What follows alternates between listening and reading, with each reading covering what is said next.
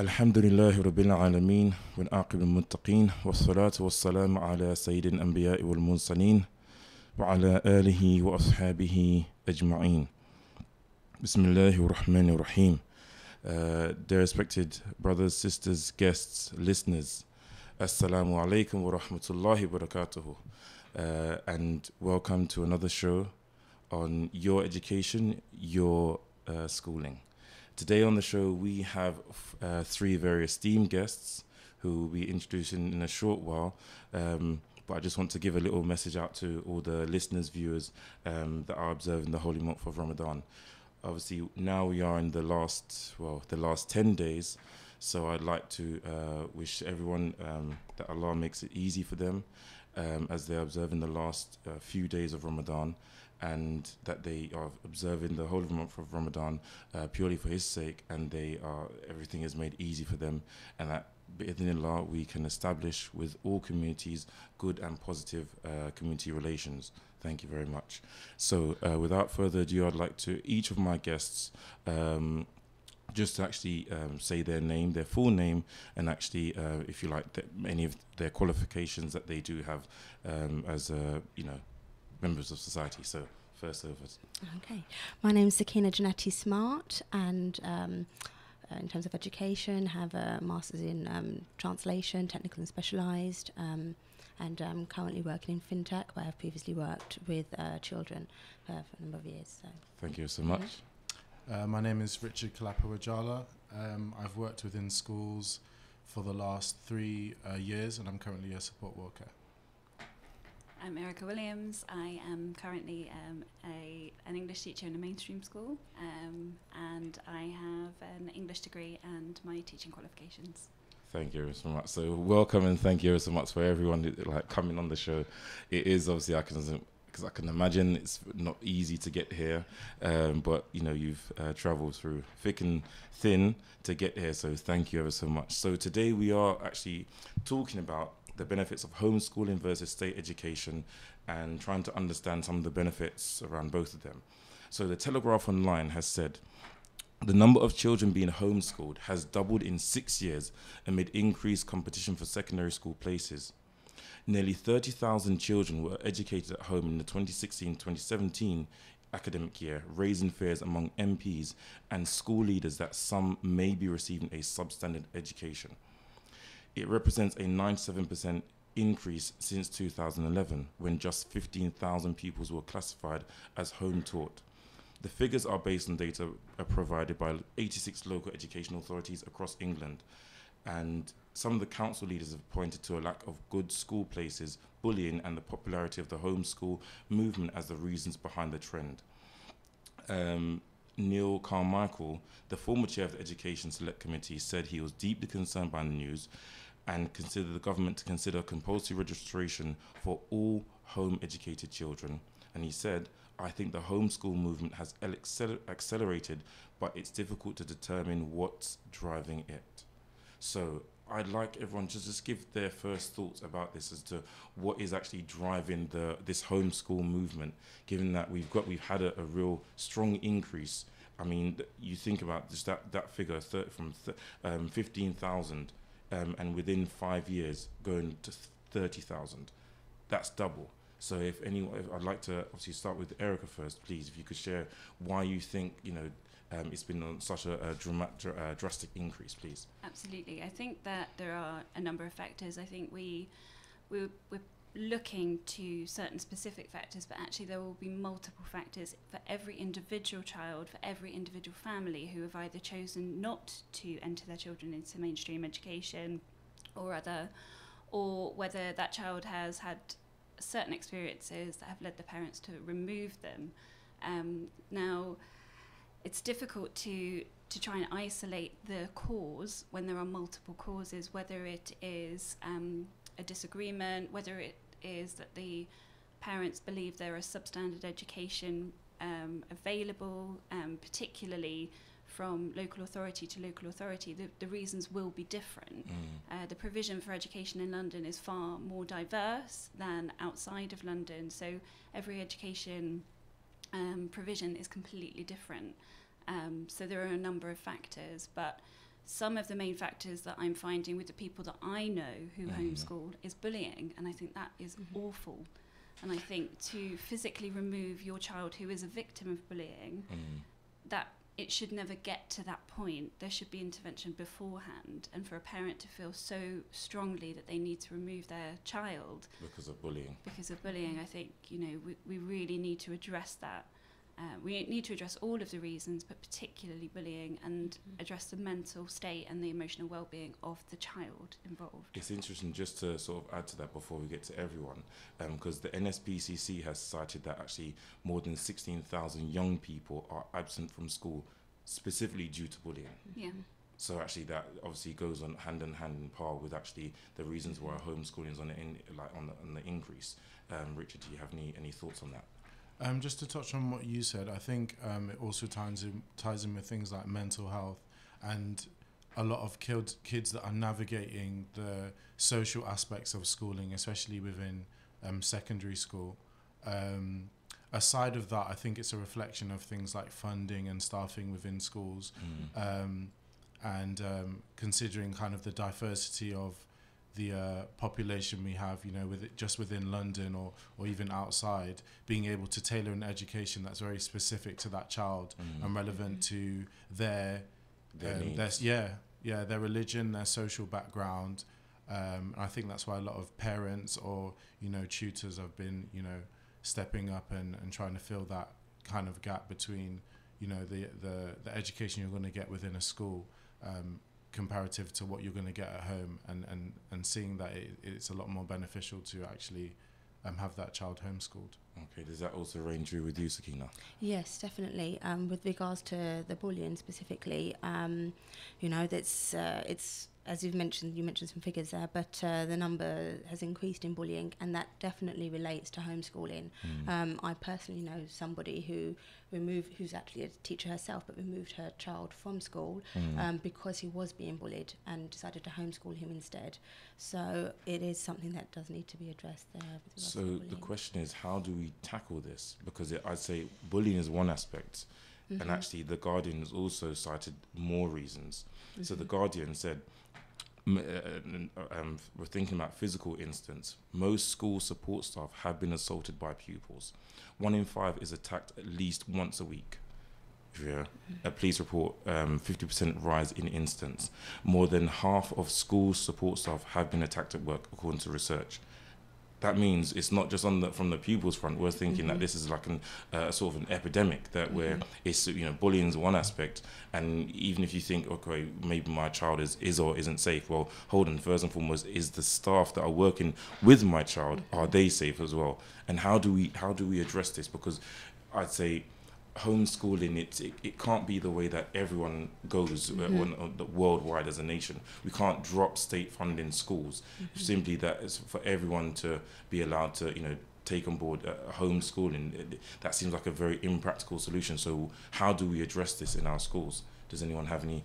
Maybe Richard, if you could give us some thoughts. I think mainly speaking from experience, things like the reference point of a lot of children growing up is what is leading them to physical aggression, and also self-expression and being able to understand their emotions. A lot of people that have chosen to go into homeschooling might have, you know, different conditions or various like social challenges that mean that they only know how to express themselves physically, and that's something that needs to kind of be addressed, and awareness needs to be raised, because I think a lot of these physical attacks on support staff is as a lot of things to do with physical violence. There's an underlying issue.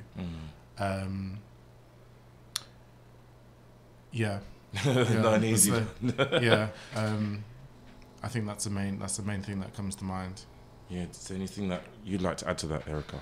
I think if we look at the violence increase in children, I think we also need to address what their emotional well-being is, whether they are neurotypical.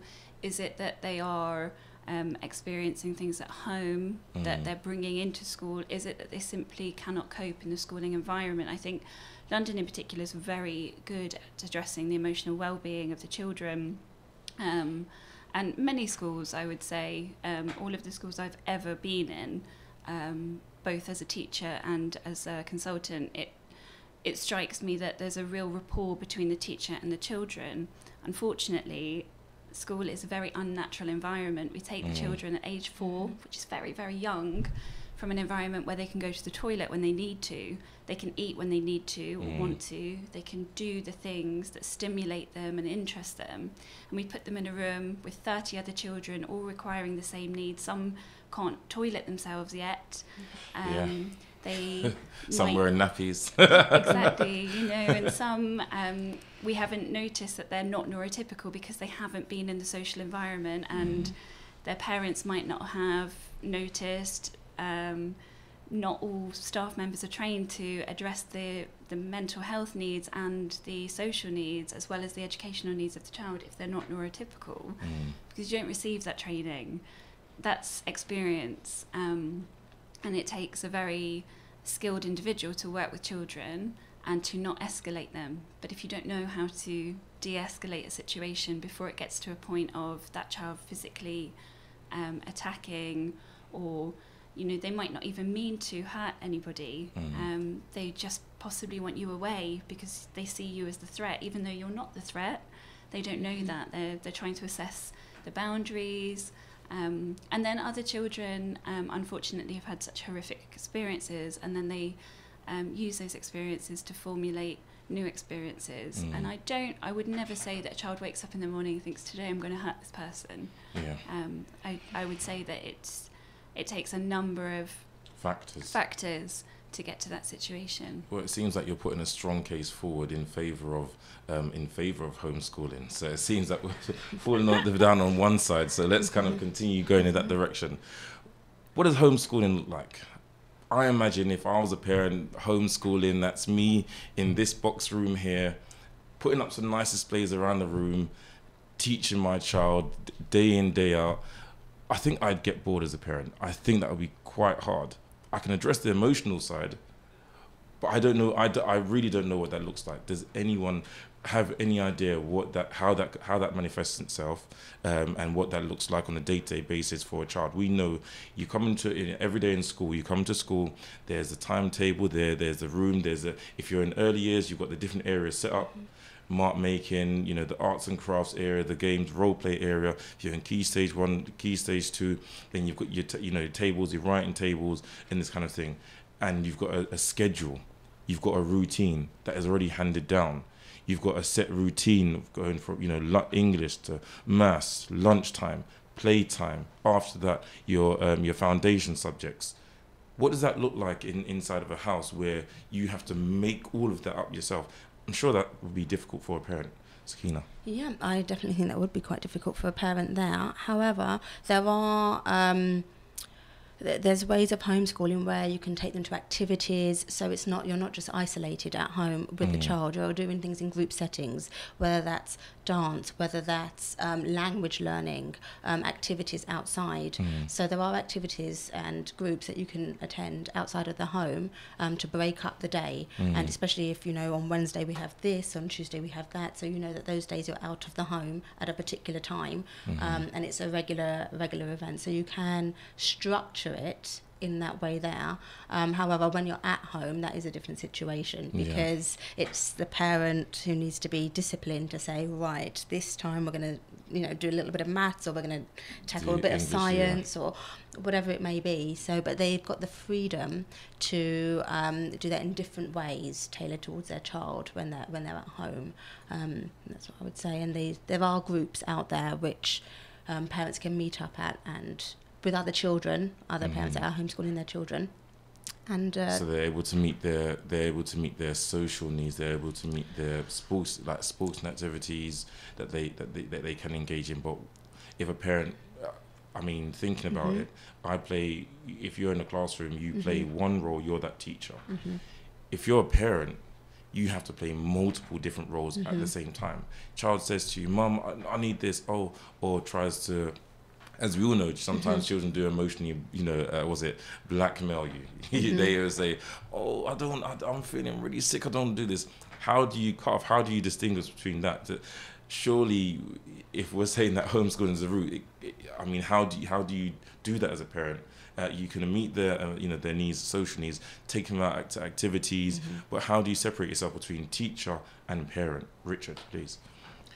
I think that's probably the biggest challenge, especially within the home, where somewhere where you might use to teach your child English might be the same place that you're doing another subject, or the same place they might have just had their breakfast. I think it's a situation where you have to assess it case by case, and if you have the space, if you have the kind of support, you can create an environment where right now, and I think it also falls into structure as well, and it's even more important in a way, as you are modelling as the teacher and maybe as the mother or the father, that school time is school time and home time is home time, regardless of the physical kind of surroundings that might stay the same. So it might be something from, okay, on Mondays we're going to work in this room. This is your school environment, and things like not necessarily uniform, but in terms of, okay, how do we sit when we're at school?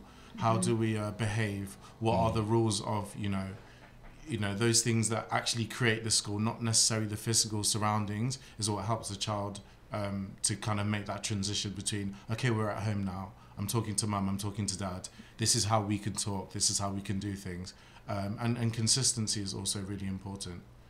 But so I mean, just touching on that, if the main lessons take place in the home, so we're thinking the English and maths and all the foundation subjects, they sort of, unless you're going to maybe do an art lesson where you might go to an art gallery, you're going to have all those lessons taking place in the home. You're not going to have more than 1, 2 or 3 children, right? So how do you then get into a position where the child is able to cope with different opinions, able to experience within the discussion maybe of English, or even in science, offering different explanations for something? How do you get to a point where a child can take that in and maybe work with that in a different way if they've only got between you and parent? Erica? Absolutely. I think the thing that we need to really consider about the individual well-being of the child is those social the social etiquette of being around others, sharing, disagreeing. I think we learn very quickly how to have a disagreement, but we learn through making mistakes with how to repair that. If you're not in a wide group of people, children or adults, how my fear, I suppose, with homeschooling is you wouldn't get that ability to make those mistakes. You wouldn't have the saturation of lots of different conversations from lots of different areas. And the worry is that the child isn't going to develop those skills to take on into adulthood, to having had made those mistakes as a child. Are they then going to make those mistakes in adolescence? Are they then going to make those mistakes in adulthood, which are harder to repair? Children are a lot more forgiving, a lot more understanding, and a lot more resilient, I would say, than adults are when disagreeing. I think a lot of adults haven't yet realised we disagree with ideas and not people. So they become offended. I think if you have that exposure to that as a child, you can learn how to disagree, but in a more holistic way, where you're not going to take offence, and you can repair the situations if you potentially take offence, and then you direct your remarks a bit more personally. And so there is a worry there that there isn't a social saturation. I know there are a lot of networks available, but that's not on the day-to-day. That's not when you're not present. And those conversations that you overhear in the playground that are really not appropriate as a teacher, and you hear them, you can address them delicately. Children can often come out of themselves more in the playground with their peers than one-to-one with an adult where there's boundaries. And I guess that's one of the hard things. So I think obviously what was established there is that whilst one of the benefits of being at home is having that obviously that there is that one-to-one time, but something that is really, really important is that we ensure that the children do get that social experience to develop their social skills, you know, whether it be through analytical reasoning with peers, or even if it's the general speaking characteristics we were talking about. Because let's say from an Islamic perspective, you know, you're taught about, for instance, there's hadith and Quran traditions that talk about being humble within all faiths, actually, and also talking about being generous and talking about being modest. Well, how do you learn to utilize those skills and develop that if you're in an environment where it's only between you and an adult? Or even at best, even if we said at best that within the homeschooling, because this is perhaps one of my other, if you like, thoughts on homeschooling, is you can then say to your child, I'm only going to bring you to environments that I'm comfortable with. And it doesn't that's also a really big danger, because if I'm uncomfortable with being outside of my cultural community, my racial community, my faith community, I won't bring you to anywhere. So then what then starts to ensue is, again, something also very dangerous, because then the realistic for the child's actual life later on is not mirrored in what they experience when they're a child. Because the benefit of the state school is you have children of different races, different religions, and different cultures and languages spoken, and this kind of thing, and you can understand and observe the world as it would be seen maybe when you get older and you're in the working world. If you're in a homeschooling environment, the parent can impose some of their fears on you and say, actually, no, I'm not comfortable with that, so I'm going to keep you away from that. So how do we balance that out, Sakina? Oh, that's quite a tricky question there. I would say that's where mainstream school obviously has a plus, definitely, because they're mixing, they're interacting, and it's very true. Parents can put their fears on their child and restrict them from doing activities or mixing with people, from a different background, different area, things like that. So that ultimately in homeschooling, it's because homeschooling is technically down to the parent. It's quite a difficult thing. I would say you can't really impose that. That is something that just needs to be discussed and addressed. But it is down. The parent should ideally be exposing their child to different cultures, different people, things that are maybe outside of their comfort zone. And also, for example, if you think of lessons, there may be certain subjects that the parent doesn't want to touch upon, and so avoid those subjects. No, we're only going to teach. I'm not so subjects, good at maths, so you know what? I'll count. You count. We'll count up to 50, and then shapes. I'm not sure. Geometry. Let's move on. But obviously, the state school, then you are. I mean, a teacher has to be qualified. And you have to, your lessons will be monitored. So then you have to give a quality, obviously a standard quality of education to the children in the classroom. So obviously within the state school, in the school environment, obviously the benefit is of the degree and the amount of education that will be passed on, and the amount of time that we spent, per subject. But within that as well, there is again another sort of question that comes up. You have 30 children in the classroom, and if you're especially in a mainstream state school, it's 2 maximum adults, the teacher plus the TA. If you're even more fortunate and you're maybe in a specialist school, you might have 3 or 4 adults, and that's still not one-on-one attention that a child would get. One of the benefits of homeschooling is that it can be a tailored approach.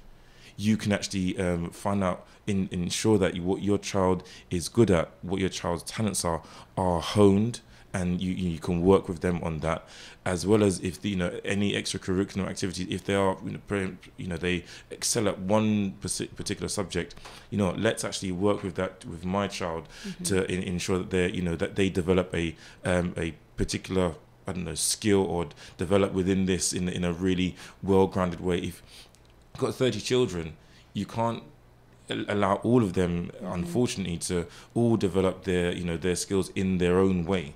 And that's one of the difficulties of obviously state school, and the benefits of like homeschooling. You can actually focus on the things that they're really passionate about, Erica.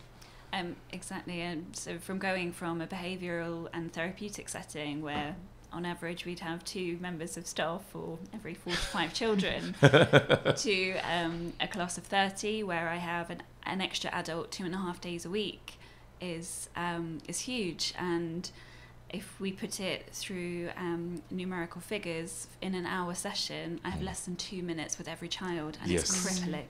It is absolutely crippling when I can see 3 children with their hands up who haven't quite yet got it. Grasp the concept, yeah. But I'm working with a small group who are very far behind, and it's about making sure that you are so far ahead of the game and you are differentiating accordingly, but not allowing your children to fall behind because you're differentiating too low or you're not stretching and challenging. And it all comes down to, if the teacher is passionate and planning lessons around the children, they'll get great exposure to lots of different subjects, but there are times when that child is going to have to wait, and it kills you as a teacher. You sometimes go home and you feel like, I failed today. I failed 3 children who sat there and I couldn't get to them because there wasn't the time. And it does really play on your mind. And when the parents ring you to complain, and you absolutely agree. You agree with everything they've said, but unfortunately we live in a system where we're very blessed to have an education system that we don't pay for. We don't pay for our children's books. We don't pay for our children's glue sticks or pens or pencils, scissors. All of that. All of those things. And that if you're in a therapeutic deplete. school, not even the trips. Exactly. Free Absolutely. trips. Free trips. But unfortunately, funding is perpetually being cut because we do not have the same system that we had when all of these things were set up. We have a growing system, we have a growing society that seems to double year on year. Obviously it doesn't double, but it seems to, and our funding has to be cut because unfortunately we don't have the things available to us that we once had. So class sizes, I would say, are too big. As much as I adore every 30 of my children, I know their names, their surnames, their pets' names, their brothers and sisters' names, the jobs of their parents, and all of those wonderful things that they love to talk about. I know their characteristics, their likes and their dislikes and their interests. But unfortunately, sometimes when I'm teaching chunking maths or the grid method or lots of different methods, I can't always ensure that that child in that lesson has it, and we're perpetually catching up with those children to make sure that they don't fall behind. And sometimes it's a bit of a chase your tail scenario, and unfortunately education is not a one size fits all, but it's up to the teacher to ensure that that doesn't happen. And if that does happen, then you go in the next day and you catch them straight away, and it's a constant process of catching, because you do not want any of your children to fall behind, because if 1 year of progress has a knock-on effect the next year and the next year, by the time that they go on to secondary school, there isn't the support. They're not in one classroom anymore, they're in multiple classrooms. But it's a wonderful thing to have a dialogue. If you're worried that your child is falling behind, have that dialogue. Teachers are not evil creatures. I've never met a teacher who is horrid. You haven't met me yet. No, I'm not horrid. I have met you, you're not horrid. So yeah, always have that dialogue with your teacher. If you have fears for your child, don't go in guns blazing, because we are human. We do fear when parents come to us with pitchforks and picket fence, and they stand at them and they're angry. We do have human feelings, and we do understand. So come to us and be open about your feelings, and hopefully we can work with you to ensure that it doesn't get to the point where you feel you need to take your children. Because I love the school that I work in. I've loved all of the schools I've ever worked in. I've been very blessed to work with an incredible group of people whose sole interest is the well-being and the education of your children. So thinking that's for funding, that we're obviously funding, and obviously that we're having increased placements, numbers going up every year, that is a big question. We have state schools that are free, obviously, unless you go into the private schools, obviously that you pay for them. What does the costing? What would the costing look like for, you know, a child who's being, you know, home tutored, and is it financially feasible for every family? Considering that if you have one parent who's going to homeschool their child, that means you either might be on benefits, or your partner or you are going to have such a stable and strong income that you won't have to worry about, you know, working or this. So actually, that's one of my sort of questions homeschooling would be a really nice thing where you can, you know, you don't have that shared time with, you know, 29 other children in the classroom. But financially, is that beneficial for a family? Sakina? It depends on the family's financial state, really, whether or not that's feasible. There's a lot of families out there where they can't afford to stay at home. They would like to homeschool, but they can't financially afford that. They need both incomes. They need to send their child to school because, in a way, not only is it education, but it's also, I don't want to use the term babysitter, but it is a way of, you know, your child needs to be educated, so you can either do that at home or you can send them to school and go and and your salary, so to speak. So so we're sending to school to be babysitters. Is that right, Richard? that's not the right way of putting it, but it is free babysitting system for all. Come to England. I know that's maybe not the right term for putting it, but you understand what I'm getting at, the concept there. So, but then does that mean that it's only then we're locked off, so that even if we thought in an ideal situation that the homeschooling is the beneficial, you know, it's the way forward, tailored education, are we saying that it's only exclusive to a class of people who are financially in that position, Richard? I mean, I think in some cases, before a parent makes the decision to do homeschooling, they should, like, you know, as you've said, analyze the situation, analyze your child and their behavior traits from an early age. And for those that currently can't necessarily finance it, there can always be a closer balance between the parent and the school, which I find, like, in my experience, is one of the things that is missing, in that a lot of things that are taught in school, whether that child has not grasped it or not, that gap can be closed at home, whether it's the teacher providing, you know, a kind of information pack where time is available, especially within primary school. You're dealing with quite, you know, simplistic concepts or concepts that can be ran through in terms of the ideal of, you know, simple addition or something. It can be ran through so long as, you know, you've got that time. So there is always the middle ground. But I mean, at the moment, in terms of like funding, it is quite a privileged thing for a lot of parents to be able to do. Either it's privileged financially or privileged with time. Some people may be able to afford it, but don't necessarily have the time to be able to do it, or might not be comfortable with having a tutor working within their home. So unfortunately, a lot of people, it would be beneficial for them, but there isn't that access for the money provided. Yeah. Okay, is that something that we share across the panel as well? I think that there is funding available, but it entirely depends on your circumstance. So I think, rightly so, whether you're financially able to do it or through time constraints, you don't have the time constraints. But essentially, for any individualised information, you really do need to go somewhere like gov.uk and find your local authority, and you really need to be sure that this is something that you are firstly able to do and secondly willing to do. I think realistically, if your main concerns are finance, really your main concern should be the education of the child. So are you able to provide the structure of a lesson that your child needs? Yeah. So your finances should be your second decision, and your second consideration. But you do need to, if you want to consider your extra funding available, you do need to go to your local authority before you make that decision. Okay, right, listeners, viewers, we'll be going to a short break and we'll be back on Your Education, Your... by the Royal Society of Public Health. This Ramadan, visit Al Akbar's for all your meat and poultry needs.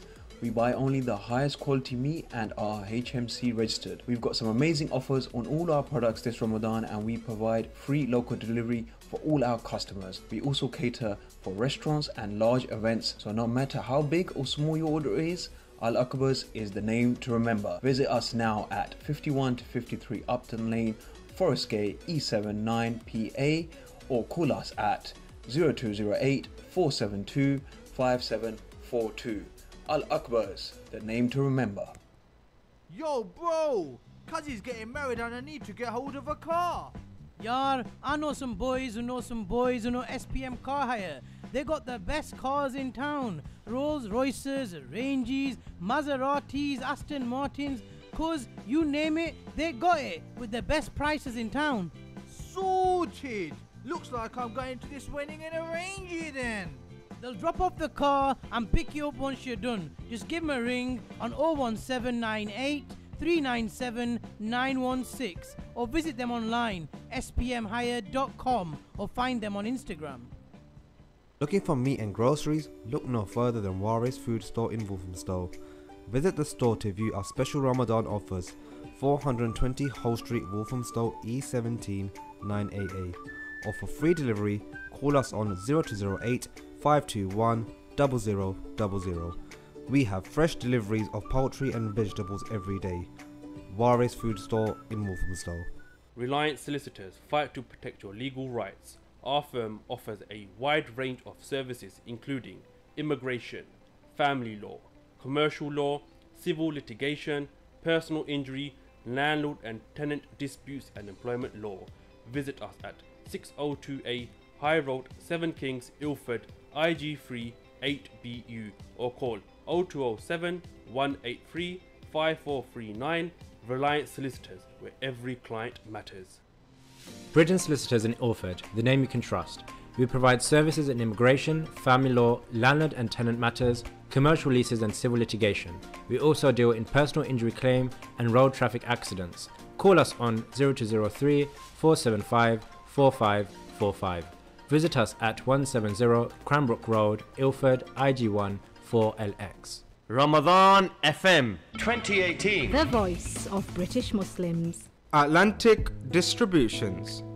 Whether it is frozen fish, marinated Lahori masala fish, or lamb offals, we have them available at very competitive prices. We are wholesale suppliers to restaurants, butchers, and caterers. Visit us at 51 to 53 Upton Lane, London, E7 9PA. Contact us on 07415 474 185. Usman needs the adhesive to work. If not, his day will be a disaster. Ah! So, Usman, if you really need something to bond, grab a tube of CT1 from your local stockist. An incredibly powerful sealant and construction adhesive that's fast, flexible and strong. It can be used anywhere, even underwater. For more info, ct1limited.com or follow us on Facebook or ring us on 0208 555 1448. In an age of technological advancement, mass communication and social media, having the right website and app can be the difference that your business needs. AppSite Tech.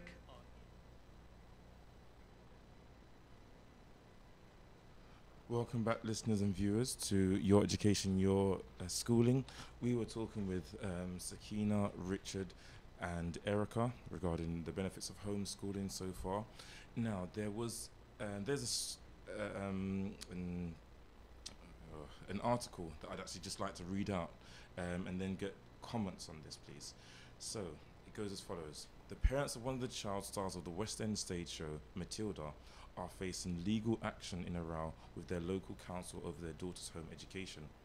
Lillian Hardy, 12, who played the title role for 6 months last year and hopes to study English at Oxford, has never attended school, so she's in a homeschooling program.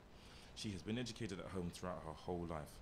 Her parents, who say that their daughter has thrived as a result of homeschooling may have to go to court if the local authority is not satisfied that Lillian is receiving a suitable education. Westminster Council was only alerted to Lillian's situation when the Royal Shakespeare Company, which produces the multi-award-winning stage show, applied for a child performance license for Lillian after she was cast in the title role. Wow. So, thoughts on this about young Lillian who's starring as Matilda? I think that would be my dream, to star as Matilda. Well, obviously, maybe not Matilda, some other male character, but they're being taken to court over the fact that their homeschooling is not being regulated. They can't gauge the quality of education that she's getting, even though she's being signed off. Right, I'm getting homeschooled. So, how can we monitor that, and is that a real big problem, Sakina? Definitely. With home schooling, it's not really regulated, I don't feel, at this moment in time, and therefore parents can teach their children and, as I mentioned earlier, focus on whatever subjects they want to focus on, and there should be some sort of monitoring there. Schools are monitored, schools are, they have their targets as well. Quality control and everything. Definitely. And I do think that there should be something implemented, which would obviously take a long time, but something should be implemented there whereby parents have to say, well, this is what they've achieved, this is what they're doing, etc. There needs to be some sort of regulation there to ensure that it's a balanced education for the child, and to ensure that not only is it balanced education, but the child is not just being taught certain topics, or have an exposure, ready for adulthood. It's important to be ready for adulthood. By bringing in regulation, are we not sort of going down the whole testing and grading route? And we're then mirroring exactly what a school does. And I mean, some schools are of the opinion that testing itself doesn't really gauge actually what a child knows or understands about something. That only gauges actually whether a child can sit down for 45 minutes or an hour and a half and be quiet and prepare themselves according to what's on the paper.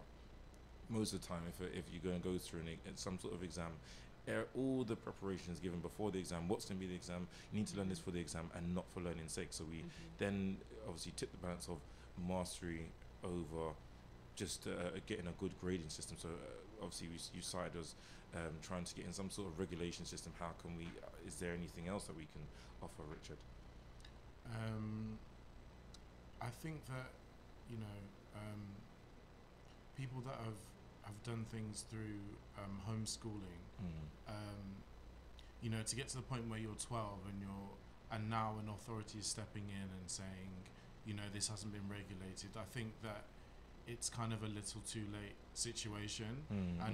From when someone's got into homeschooling, I think that it's going to be a very delicate balance. I think in terms of testing and things, up until like university level, you're truly being tested within your research skills, your writing skills, presentation, and things are done within essays, and for some reason that's yet to kind of be replicated through A levels, GCSEs, all the way through to primary. But I don't think how tests are done or the exam process or sitting somewhere for an hour and a half and recalling things is necessarily a bad thing. But I think the weight that it has, especially when you're getting to levels like GCSE and A level, and they're falling on your future decisions on where you have access to have university or education after secondary school. It's been shown time and time again that a lot of people are failing to be able to represent what they actually know in a kind of holistic way, as opposed to this is the topic we've learned and I haven't been able to recall that, either because of the environment that exams are done in, or because of the nature of taking an exam and recalling something, or even restrictions from how you write and how you present your work. Whereas if the difference between someone passing something and not passing is that they weren't able to get their ideas down quick enough. You know, if it was an oral exam and it was recorded, and that would have been, you know, more permissible and more favourable for that child, that needs to be looked into a lot more. Yeah. Still on the question of how do we regulate someone who's in the homeschooling field. If Erica, you could have also maybe address that as well. Yeah. Essentially, obviously, was thinking, how can we regulate? What regulations are in place for children who are homeschooled? I mean, it says here that parents have been sent a school attendance order, which requires them to either enroll her at a local school within 15 days, in her case Westminster Academy, or prove that she is receiving an adequate education. If they fail to comply, they could be prosecuted or fined. Now, the parents said that they have sent ample evidences of her progress to the local authority, which they say prove that she is being suitably educated, but the council said it is not enough and is seeking to arrange a meeting with the authority's home education advisor or evidence provided by a third-party education professional. So essentially what they want is someone to do sort of exam sort of conditions, produce a piece of work, and then but actually then if you're a teacher, you know that you know your students. So how is it that we are regulating? Erica, please. Well, my question links to Richard's point in that how has she gotten to the age of 12 and this has only just arisen now? How have 12 years gone by and what potentially 7 to 8 years of formal education missed? Where were the informal inquiries? Where were they happening beforehand? I feel like a school order at the age of 12 is when she's clearly thrived in one area that she is passionate about, providing that she is passionate and that she is happy doing as she is. What were the benefits of her going to school at the age of 12 now, when clearly she's a thriving individual who can perform, who can interact, who can work under conditions of the theatre, which are very heavily regulated. So clearly her family are able to put her in conditions where she will be regulated and her well-being will be met. I just feel that if no informal inquiries have happened up to this point, is now too late. And what will the benefits to her as an individual be? But what are the ramifications to her well-being should she be forced into school, providing that she's happy at home? Obviously, we test our children to ascertain the level of education that they've received, and we'll want them to move on to as well. But last year we saw an increase in 147 children, or percent of children, removed from schools in year 6 prior to moving on to secondary, but it was 171% before the SATs. Parents were fearing that the mental well-being of their children would be damaged by the SATs, and I've just marked the SATs examinations, and I obviously understand why we do this, and we're testing the education, not the children, but it is in some instances a very stressful situation to put an 11-year-old child in.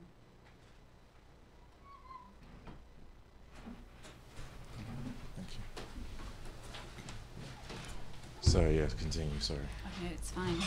It's a very stressful situation for an 11-year-old child to be in under test conditions, and is it necessary to not go with teacher judgment, where there's a difficulty for teachers in that we know our children, we've known our children for a long time, they've been in our care for a long time, we can tell you whether they can add in apostrophes or how well they reason on a day-to-day basis. Sometimes they perform really well in test conditions and sometimes they don't perform well in test conditions. Is it necessary to now put this child into formalised education forcibly if she doesn't meet the adequate need? And she clearly, there is no regulation on homeschooling. If you are homeschooled, you do not have to follow the national curriculum. So if she does not have to, and this is government incentives. They don't have to follow the national curriculum, and you are then giving them tests that are based around the national curriculum. You're setting your Is child that up for fair? failure. Exactly. You're setting your child up for failure. I mean, just to also, well, to add to that actually, because it's interesting that actually from Key Stage 3 onwards, Oxford site actually has pricing for test papers that actually children would be, if you're on homeschooling, these are things that you'd still be expected to sit. So obviously on the homeschooling network, there is a body of, a committee that says that obviously these are, past Key Stage 2, you'll still be expected to sit certain exams. Now that means then you still have to fall into the category of teaching things that you are going to be, either they might be challenging for you, it's going to be difficult for you, you're going to have to think about costing. Now even just with that, each 3-year Key Stage 3 program, total cost £650. First year is £250. Then we think about the GCSEs. Just for one GCSE, it's £375. How many GCSEs do you want to sit? How many children do you have? If you've got 5 children, let's say average maybe 2 to 3 children. Well, that's about £400 times 3 for one GCSE. Then you think about, okay, if you obviously you're thinking about if you're going to be that parent, teacher role, you're going to have to set up some sort of lab to ensure that your child gets or children get the necessary resources, exposure. What does an experiment look like? How can we carry that out? And then you think, actually, wow, there's a lot of expenses involved here. Not just the expense. If I am a single parent, and obviously that's we're not attacking any single parents out there, but if you are a single parent and you are working in the field of trying to homeschool your child, then you have to think double the income that if you have a business set up, and on top of the the GCSE exams and A-level exams. I mean, the A-levels for one standard A-level, it's £475 for an exam. 2 A-levels, just under £1,000. So the costs are astronomical. So it's, I mean, obviously within that, it's just not just the costing for the actual test itself, it's the costing surrounding getting that child to work up to a level. So whilst at a young age, it can be a very idealistic thing to think about and contemplate for your child. Ultimately, you don't know really the sort of financial cost that's going to be involved later on down the line. If you could add to that as well, Sakina. Yeah, sure. With regards to that, I would say at primary school age, if people wish to homeschool their children, it's a personal choice, it's a personal decision.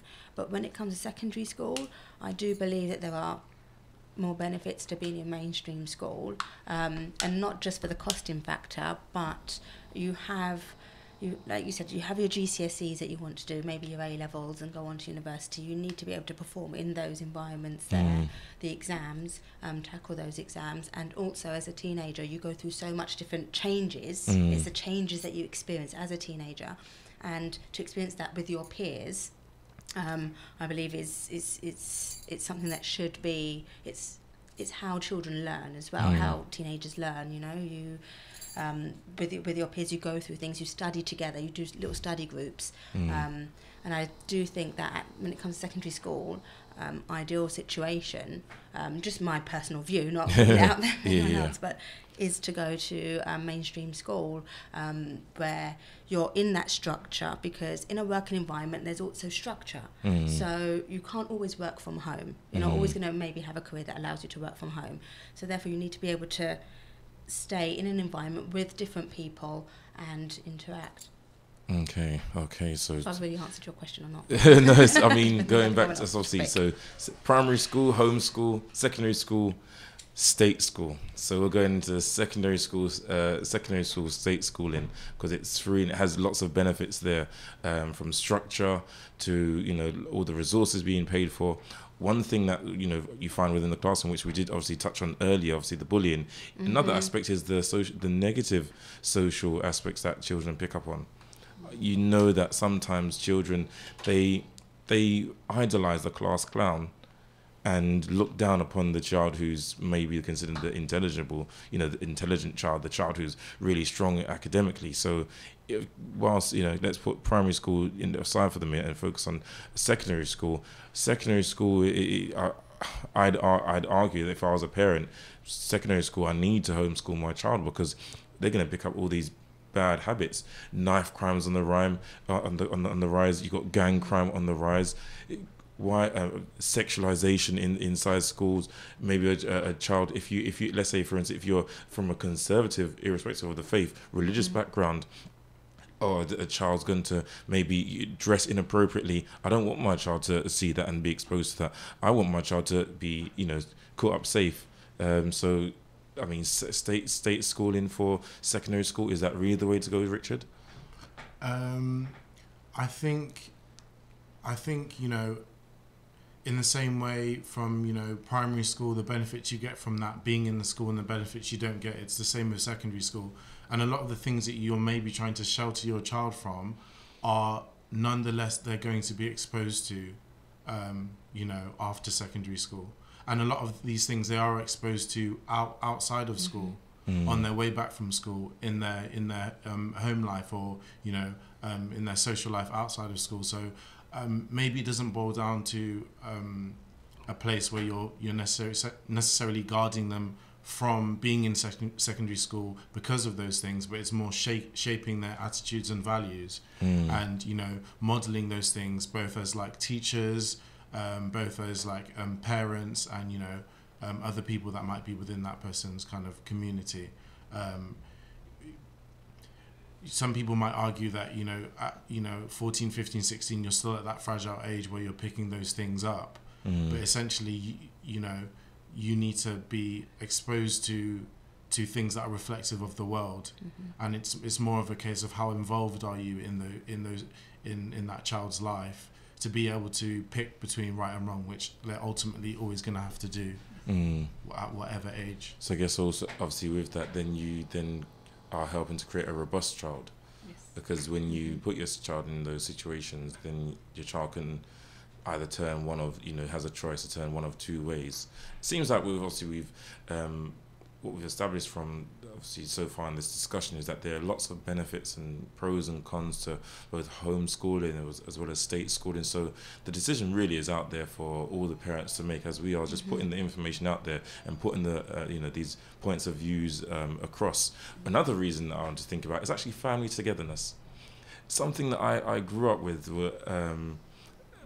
You can't underestimate the value of being together as a family.